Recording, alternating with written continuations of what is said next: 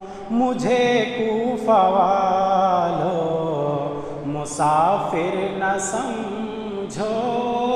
میں آیا نہیں ہوں بلایا گیا ہوں، ایک مہمان بنا کر ستایا گیا ہوں، میں رویا نہیں ہوں رلایا گیا ہوں، خدا جانے کیسی ہے یہ میں زبانی، بہت پیاسوں کا ہے بند پانی، مقدر میں ہے جام کوثر کا پینا، میں پیاسا نہیں ہوں پلایا گیا ہوں، میں پیاسا نہیں ہوں پلایا گیا ہوں۔ کسی نے کیا یہ خوب کہا ہے، مرغ یزید اصل میں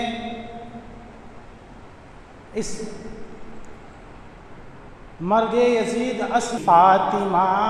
ہے، بھائی حسن ناز خیر الورا ہے بابا علی ماں میری فاطمہ ہے، بھائی حسن ناز خیر الورا ہے، میرے کوفہ والے مراتب کو سمجھو، میرے کوفہ والو مراتب کو سمجھو،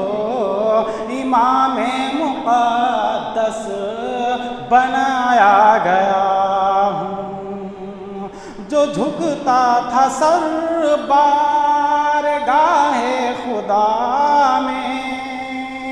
جو جھکتا تھا سر بارگاہ خدا میں، وہی سر قلم ہو گیا کربلا میں، جو جھکتا تھا سر بارگاہ خدا میں، وہی سر قلم ہو گیا کربلا میں، شہادت کی منزل کو پایا ہے میں نے، میں مردہ نہیں ہوں جلایا گیا ہوں، میں مردہ نہیں ہوں جلایا گیا ہوں، خیمہ جلایا ساما بھی لوٹا، گنچا بھی ٹوٹا، گلستاں بھی چھوٹا، بہشت بری میں مکاں بن رہے ہیں، بہشت بری میں مکاں بن رہے ہیں، میں اجڑا نہیں ہوں بسایا گیا ہوں، میں اجڑا نہیں ہوں بسایا گیا ہوں، ارے ثمر سمجھو قیامت کا منظر، چلا نہ سکے گلے پہ تو خنجر، ارے ثمر سمجھو قیامت کا منظر، چلا نہ سکے گلے پہ تو خنجر، اس نہر فراقی پہ پہرے ہیں تیرے، میں کوثر کا مالک بنایا گیا ہوں، مجھے کوفہ والو مسافر نہ سمجھو،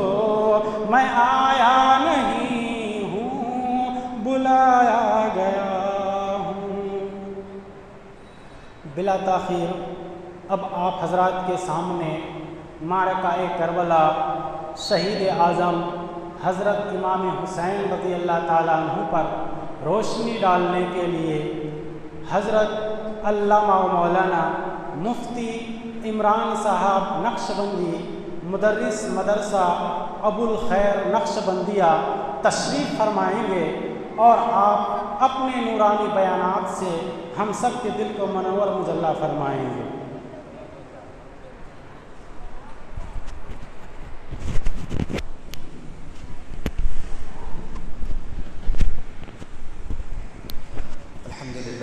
الحمد للہ رب العالمین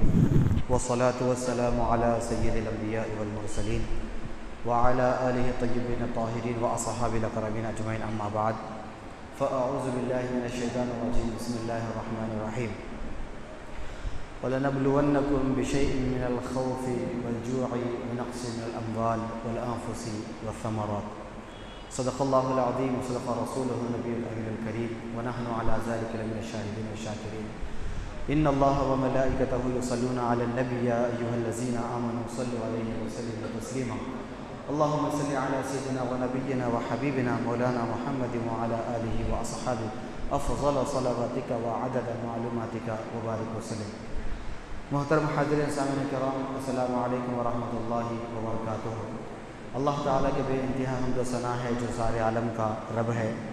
خالق کائنات ہے، مالک انس و جاں ہے، رب العالمین ہے، روز جزا کا مالک ہے، آقا و مولا احمد مصطفیٰ محمد مصطفیٰ سیاح لامکہ، راحت قلب و سینہ سرور مدینہ، غریبوں کے غمخوار آقا، یتیموں کے مددگار آقا پر بے انتہا درود و سلام کے بعد اللہ تعالیٰ ارشاد فرما رہا ہے اپنے برگزیدہ بندوں کے بارے میں بالخصوص وَلَنَبْلُوَنَّكُمْ بِشَيْءٍ مِّنَ الْخَوْفِ وَالْجُوعِ وَنَقْصٍ مِّنَ الْأَمْوَالِ۔ اللہ تعالیٰ آزمائش کی طرف اشارہ فرما رہا ہے، اور آج ہم یہاں پر جمع ہیں، یہ ہر بات اور سب کے لیے عیاں اور بیاں ہے، اور ہم پر یہ چیز ظاہر ہے، سارے عالم پر ظاہر ہے کہ آج یوم عاشوراء کا دن ہے، 10 محرم الحرام ہے، اور آج کی جو نسبت ہے اور اللہ تعالیٰ جو فرما رہا ہے اس کا بہت گہرا تعلق ہے کہ اس میں بڑی بڑی آزمائشیں ہوئی اور اللہ تعالیٰ نے ہر طریقے سے آزمایا۔ اللہ فرما رہا ہے وَلَنَبْلُوَنَّكُم مِّنَ الْخَوْفِ، اللہ تعالیٰ خوف کے ذریعے آزمایا، اللہ تعالیٰ بھوک کے ذریعے آزمایا، اللہ تعالیٰ جو ہے پانی کے ذریعے آزمایا، اللہ تعالیٰ جانوں کو لے کر آزمایا۔ تو یہ آزمائش ہے جس کے بارے میں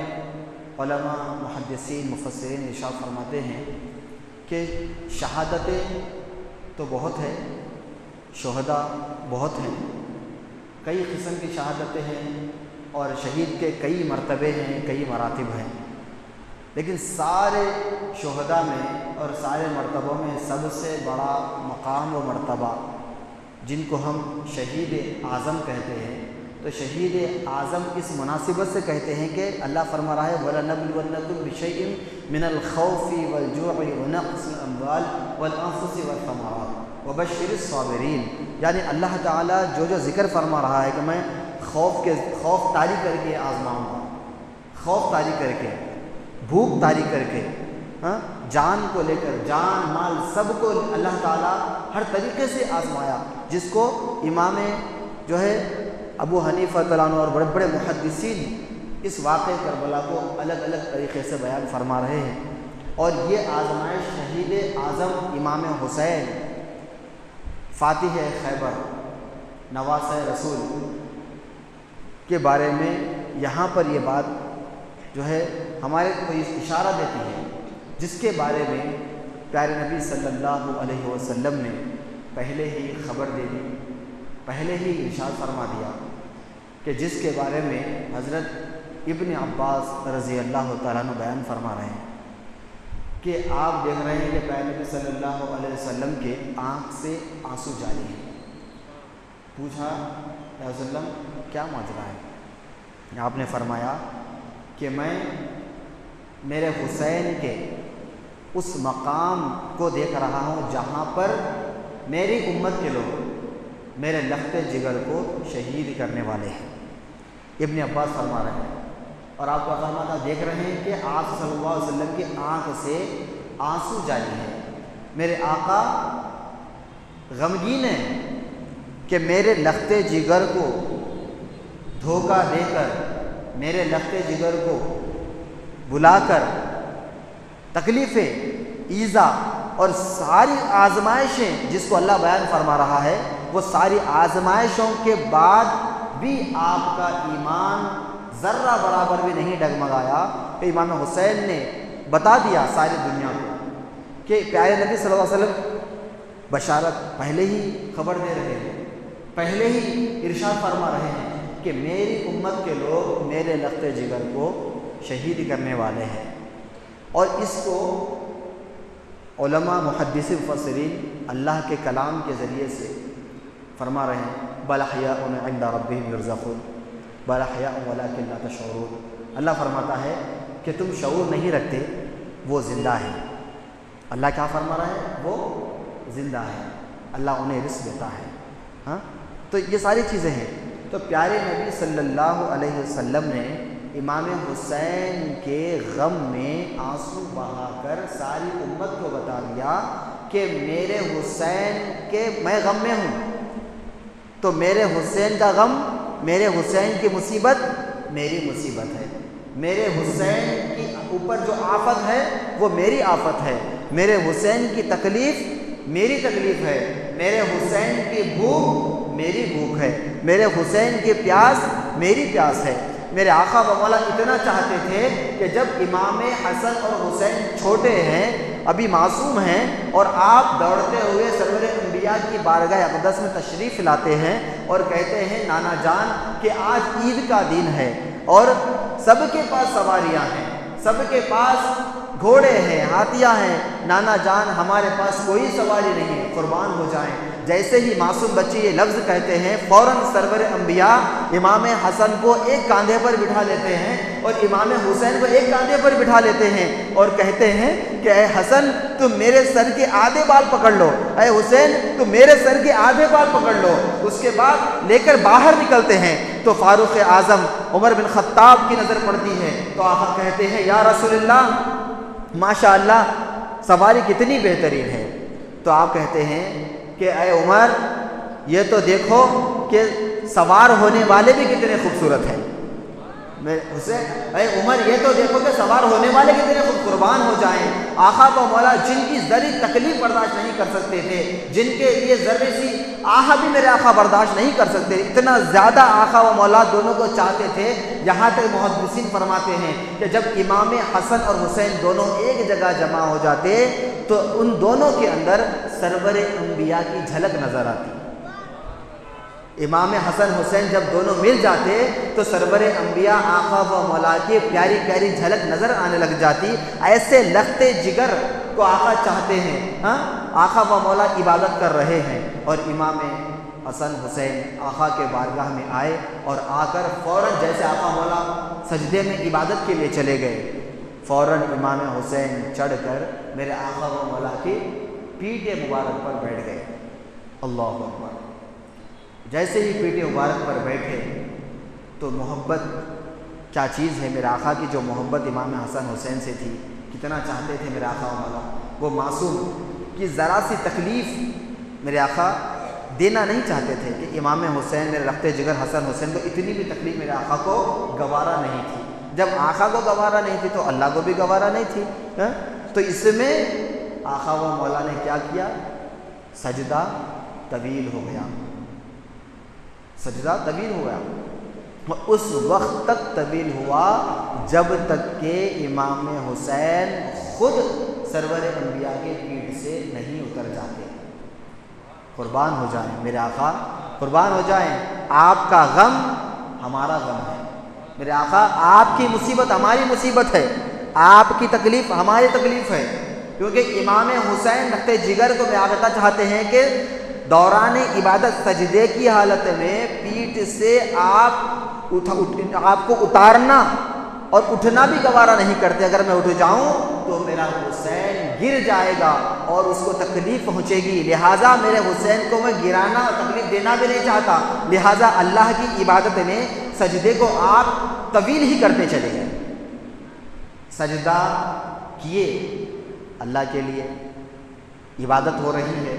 ہاں اللہ کی عبادت ہو رہی، سجدہ چل رہا ہے۔ جیسے ہی امام حسین میرے آقا و مولا کے پیٹے مبارک پر چڑھتے ہی اب خیال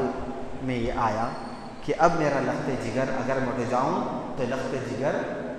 نیچے گر جائے گا، لہٰذا عبادت اللہ کی بھی ہو رہی ہے اور فکر حسین بھی ہو رہا ہے،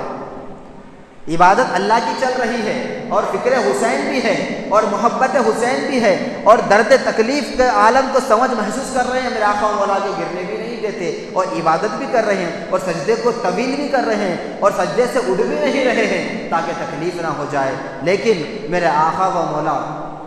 اسلام کے آقا و مولا کے جو ہے نام لیوا جن کو آج لوگ کہنے والے بہت کچھ کہہ رہے ہیں، کہنے والے کہتے ہیں کہ نہیں وہ بھی مسلمان نعوذ باللہ، وہ بھی جو ہے فلاں، لیکن ایک عجیب و غریب بحث کر رہے ہیں۔ یہاں پر سرور انبیاء کے آنکھ سے جو نکلنے والے آنسو انہیں نظر نہیں آ رہے ہیں، آقا و مولا غمگین ہیں، میرے آقا و مولا تکلیف میں ہیں کہ میرے حسین کو تکلیف دی جائے گی، میرے حسین کو ذبح کیا جائے گا، میرے حسین کو شہید کیا جائے گا، میرے حسین کو اور میرے آل کو بھوکا پیاسا رہ کر پانی بن کر دیا جائے گا، سب کچھ نگاہ نبوت دیکھ رہی ہے اور آقا رو رہے ہیں۔ اتنا تکلیف بیان کرنے کے بعد بھی ظلم و ستم کے انبار پھوٹے اور دھوکہ دے کر جو ہے مدینے سے کوفہ بلایا گیا اور جھوٹے خلافت کی بنیاد پر بلایا گیا، یہ ساری جھوٹی باتیں ہوئی، اس سے آپ آئے نانا جان کے وعدے کے مطابق تشریف لائے، سب کو لے کے آئے، سب کو لے کے آنے کے بعد بھی یزیدیوں نے ذرہ برابر بھی رحم نہیں کھایا، ان کے دل میں سرور انبیاء کی وہ پیاری پیاری ادائیں بھی انہوں نے فراموش کر ڈالی۔ آقا و مولا نے جس ہاتھ سے جس نازوں سے امام حسن حسین کو پالا تھا، وہ ساری چیزوں کو وہ فراموش کر گئے، انہوں نے دیکھا، ان کو معلوم ہے، انہوں نے سب کچھ دیکھا، لیکن صرف ان کی سر کی آنکھوں نے دیکھا تھا، ایمان کی آنکھوں نے نہیں دیکھا تھا، انہوں نے ایمان سے نہیں دیکھا تھا، انہوں نے دل سے نہیں دیکھا تھا۔ دیکھنے والے تو آقا کو بہت تھے، لیکن دیکھنے والوں کی وہ نگاہوں میں سرور انبیاء کی محبت و عقیدت بھی شامل اور لازم ہے، وہاں پر سب نے دیکھا، لیکن دیکھنے والوں نے محبت سے دیکھا، دیکھنے والوں نے ایمان سے دیکھا، دیکھنے والوں نے اخلاص سے دیکھا، اور جب اس نے دیکھا تو اس کے لوگوں نے دیکھا تو انہوں نے صرف سر کی آنکھوں سے دیکھا، جیسا ابو جہل نے دیکھا سرور انبیاء کو لیکن ایمان نہیں لایا، کفار مشرکین مکہ نے دیکھا، سرداران کفار مشرکین مکہ نے دیکھا، ایمان نہیں لائے۔ ویسے ہی جب سرور انبیاء کو دیکھ کر جو ہے اس نے سرور انبیاء کو نہیں پہچانا، تو پھر یزید نے بھی امام حسین کو دیکھا، لیکن وہ بھی اپنی سر کی نگاہوں سے دیکھا، لیکن اس کے اندر کیا، اس کے اندر دنیا کی آرائش، وہ زیبائش اور دنیا کی خواہشات نے اسے ایسا گھیرا کہ سب کچھ اسے دنیا میں نظر آنے لگا، اور اس نے آل رسول کے اوپر ذرہ برابر بھی ترس نہیں کھایا، اور دس محرم الحرام یعنی گزشتہ جو رات گزری، جس کو ہم یوم عاشوراء کی رات کہتے ہیں، وہ رات گزری تو اس رات میں کم و بیش 72 آل رسول 3 دن کے بھوکے پیاسے، جن کے پاس نہ کھانا ہے، نہ پانی ہے، نہ ہتھیار ہے، نہ جانور ہے، ایسی حالت میں ایک امید لے کر آئے کہ نانا جان کی امت بلا رہی ہے، اور نانا جان کی امت بلا رہی ہے، اور مجھے میرا جانا ضروری ہے کہ میں نانا جان کے دین کو بچاؤں۔ لیکن جب آنے کے بعد پتہ چلا کہ آپ کے ساتھ دھوکہ ہوا ہے، آپ کے ساتھ وعدہ خلافی ہوئی ہے، تو یہاں پر جب آپ تشریف لائے تو کیا بیان کریں؟ ایک اور دو باتیں ہوتی تو ہم کہہ سکتے تھے، یعنی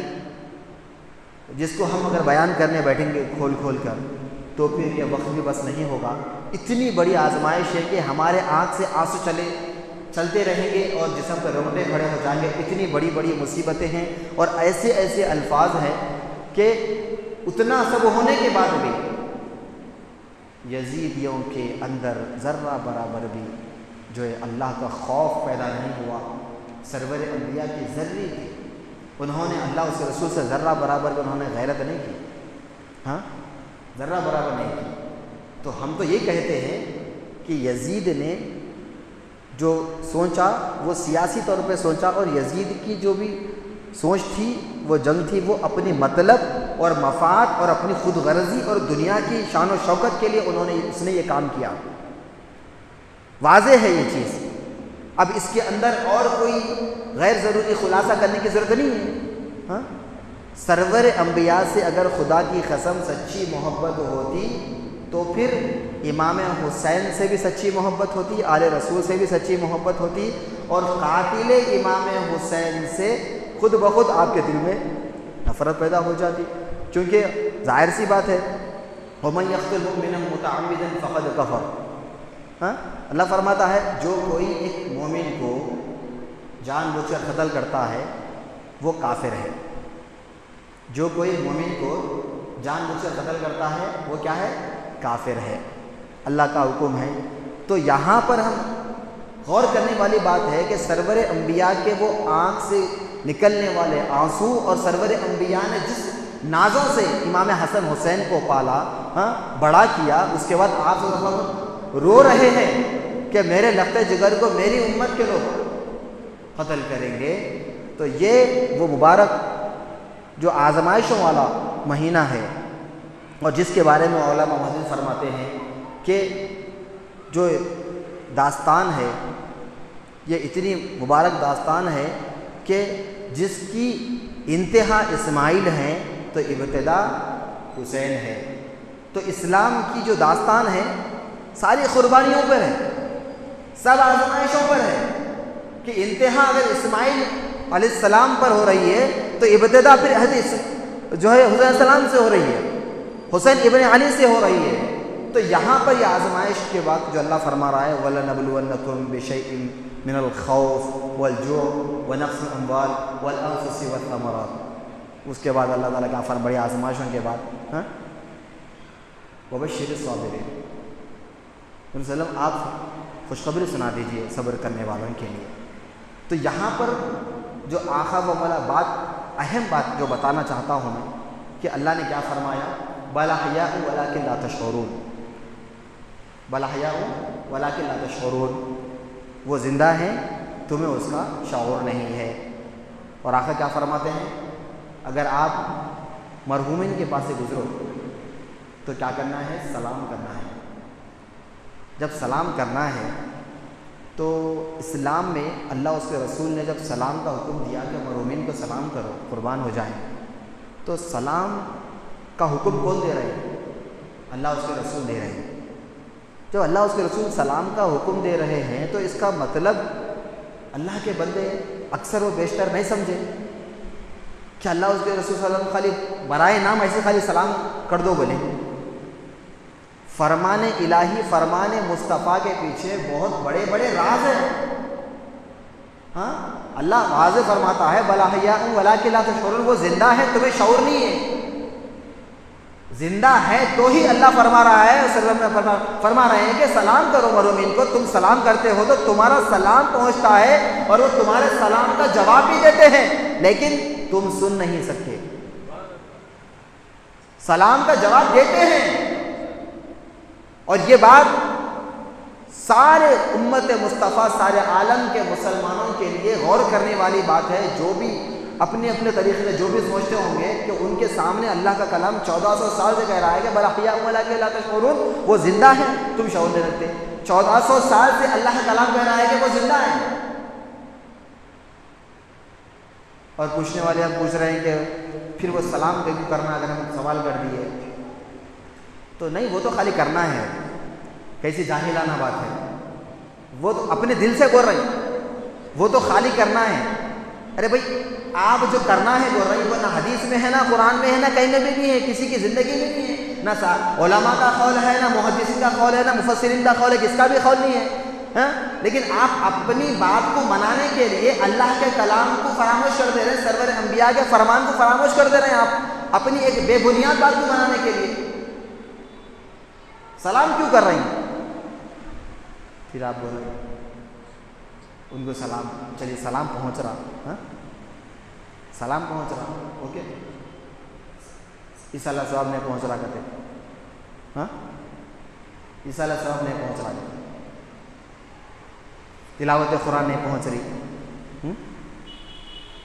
ثواب جاریہ پھر کہاں جا رہا، صدقہ و خیرات کہاں جا رہا ہاں؟ کیسی باتیں ہیں، بے بنیاد باتیں ہیں۔ اللہ کا کلام صاف صاف الفاظ میں کہہ رہا ہے کہ بل احیاء ولکن لا تشعرون، وہ زندہ ہیں، پھر تم اللہ کے خلاف جا کے اس کو غلط ثابت کرنے پہ کیوں بیٹھے ہوئے؟ اللہ کا کلام واضح بیان کر رہا ہے اور آپ بازو جا کے جو ہے وہ غلط ثابت کر رہے ہیں۔ ایک اللہ کا ایک معمولی سا برگزیدہ بندہ بھی اپنے مقام میں باحیات ہے، چھوٹا سا چھوٹا اللہ کا بندہ بھی اپنے مقام میں باحیات ہے ہاں؟ اگرچہ کہ وہ گناہ گار ہوگا، مسلمان ہے یا کوئی بھی ہو، وہ اپنے مقام میں ایک زندگی وہاں اس کی شروع، ایسی زندگی شروع ہوئی جو ختم ہونے والی نہیں ہے، ایسی زندگی وہاں شروع ہوئی اس کی، پھر اس کے بعد ہم گفتگو کرنے پہ بیٹھے رہے کہ نہیں وہ ہو گئے۔ تو اللہ کے برگزیدہ بندے جنہوں نے اللہ کو راضی کیا ہاں، اللہ تعالیٰ ان کے نام سے، ان کے وسیلے سے ہم گناہ گاروں کی دعائیں قبول فرماتا ہے۔ ہم گناہ گاروں کی خطائیں جو ہیں، خطاؤں کی وجہ سے ہم ان کا وسیلہ دیتے ہیں، توسل سے جاتے ہیں، تو اللہ تعالیٰ ان کے ذریعے سے ہماری دعائیں قبول فرماتا ہے۔ یہ اللہ کا حکم ہے، فرمان الہی ہے۔ ہم اللہ سے دعا مانگتے ہیں اہدنا الصراط المستقیم، اللہ ہمیں جو ہے صراط مستقیم پر چلا، انعمت علیہم، یہ بھی دعا فرماتے ہیں،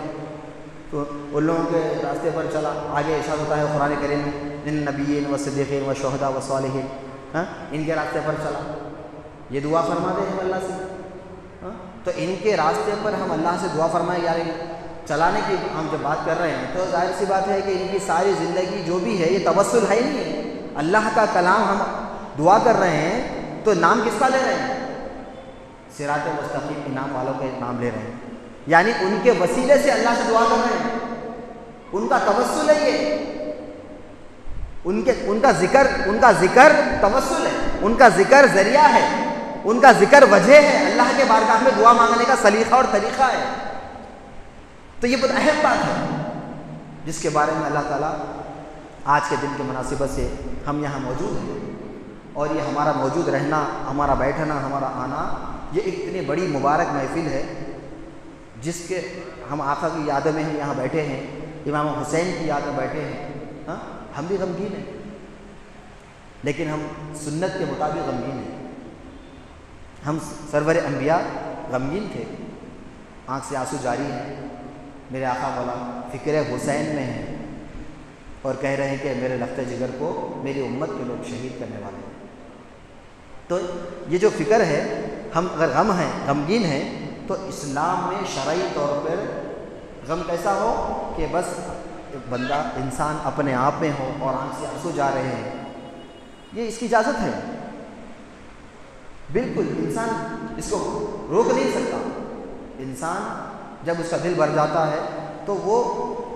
خاموش بیٹھ سکتا ہے، لیکن آنکھ سے آنسو کو نہیں روک سکتا۔ آنکھ سے آنسو کو روکنا اس کے بس کی بات نہیں ہے، وہ دلی کیفیت ہے، وہ الفت ہے، وہ محبت ہے۔ جب اس کے اوپر آزمائش گزرتی ہے تو وہ کنٹرول نہیں کر سکتا اور بے تحاشا اس کی آنکھ سے آنسو جاتے ہی رہتے ہیں۔ تو ویسا سرور انبیاء کے آنکھ سے آنسو امام حسین کی محبت میں اور غم میں نکل رہے ہیں، اور آج ہم اگر یہاں جمع ہیں امام حسین کی محبت میں اور غم میں، تو یہ سنت مصطفیٰ ہم ادا کرنے کے لیے یہاں بیٹھے ہیں ان کی یاد میں، اور ہم ان کو